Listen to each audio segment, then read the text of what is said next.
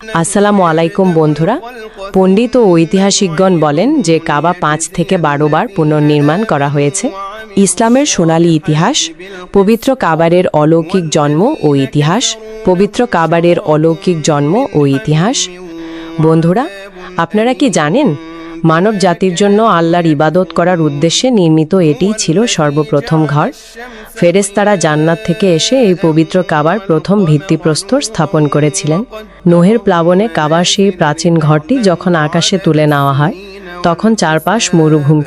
এরপর আল্লাহর হুকুমে হজরত ইব্রাহিম আলাইহ এবং তার ছোট্ট সন্তান হজরত ইসমাইল আলাইহ এই কাদামাটি ও পাথর দিয়ে নতুন করে কাবার দেয়াল উঁচুতে গড়ে তোলে।